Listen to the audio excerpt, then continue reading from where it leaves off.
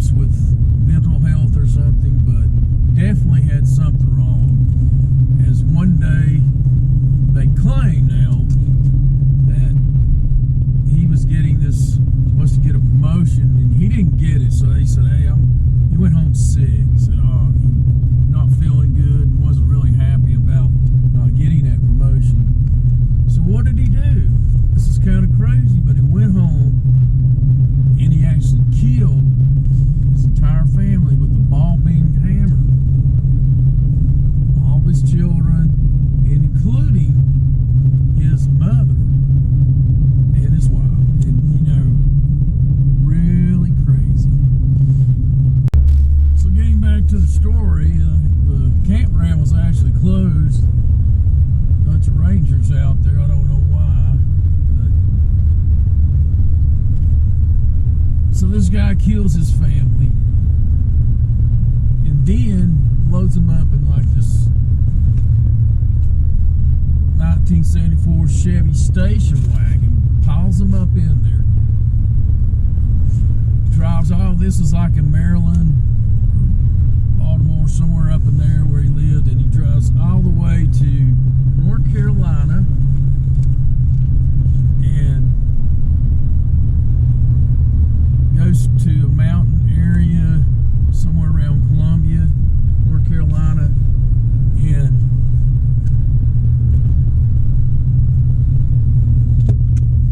digs a big hole. He goes by a hardware place, buys a shovel, buys a pitchfork, some gasoline, a can, got some gasoline, and he took and actually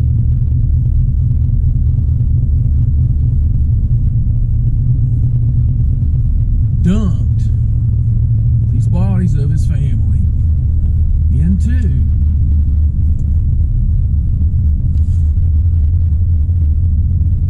this grave that he dug a hole, and then caught him on fire. Tried to bury him a little bit, then caught him on fire. Of course, a ranger station found that fire, and that's how they found the bodies, and that's how they found out that, hey, they found them back to go who the families were, and that's how they actually found it. But William didn't stop there. He stopped right here in Elkmont, right here. This is perhaps the place where he might have parked down through here at the time. I believe actually that his car might have been right up there, and that, or right in here, parked, because that is Jake's Creek Trail, and right there's where his car was found, parked, the station wagon. And nobody knows whatever happened to him. The speculation is he went to maybe Africa or Europe, because he could speak like 7 different languages and things of that nature. But this is where he last ended up at. He was at the top 10 most wanted FBI on the FBI list for years, and still is on their list. But although he might be 88 years today, they don't know if he's alive. But there's some speculation from the rangers that looked for him up here. Dwight McCarter, who hunted him down, he thinks he might have went up here and might have committed suicide. He may still be up here in these woods somewhere. They never did find him, or he may have took off and been somewhere else. But let's go check out some of the areas here that they know that he was at. So here we are at Jake's Creek Trail, just right above, the area here where the old buildings are. And there used to be other buildings here, but they're no longer.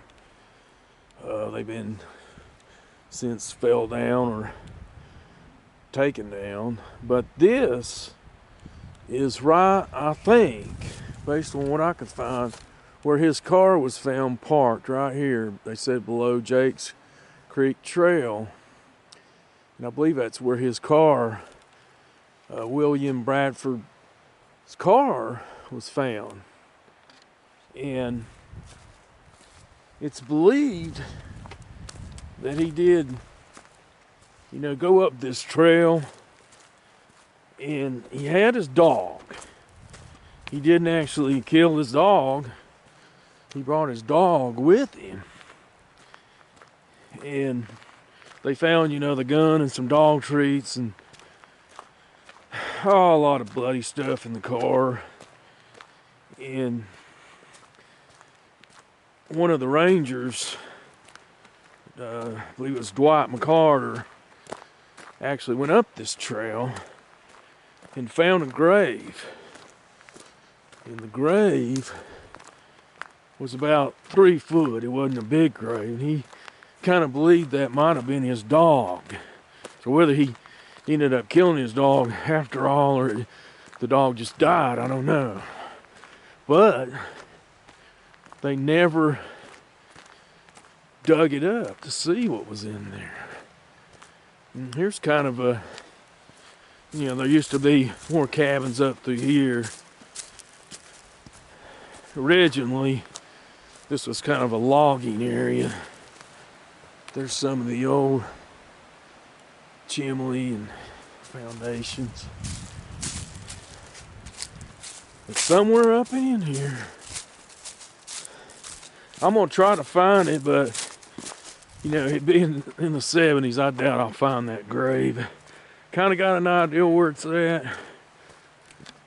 It's about a mile hike. Let's go check it out. Alright, so here's a picture of where the grave is, and I think it's best found as I could right here. Some rocks. If you look at that rock right there, it's got a big chip. And that rock right there, it's got a big chip in it right there. So, although they're not, and you can see where somebody's placed these, a rock here, here, here. There's rocks in there too as well. There's rocks up there, there's a rock over there. So if I had to say, my best guess where this grave's at, it's probably right here. It's the best I can find anyway. And there's kind of the old tree. There's been a few more trees grow since, but and there's kind of a low area over here. There's kind of a low area over there, that kind of looks like it. I mean, there's been some changes since the 70s, but I believe that's it right there. That's the grave of whatever's there, I don't know.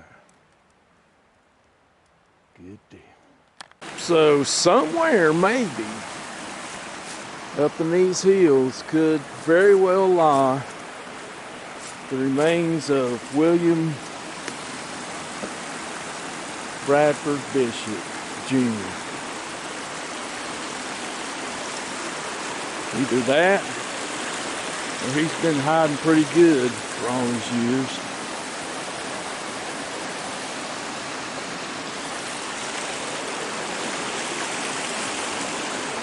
Wouldn't want to be up here at dark, probably.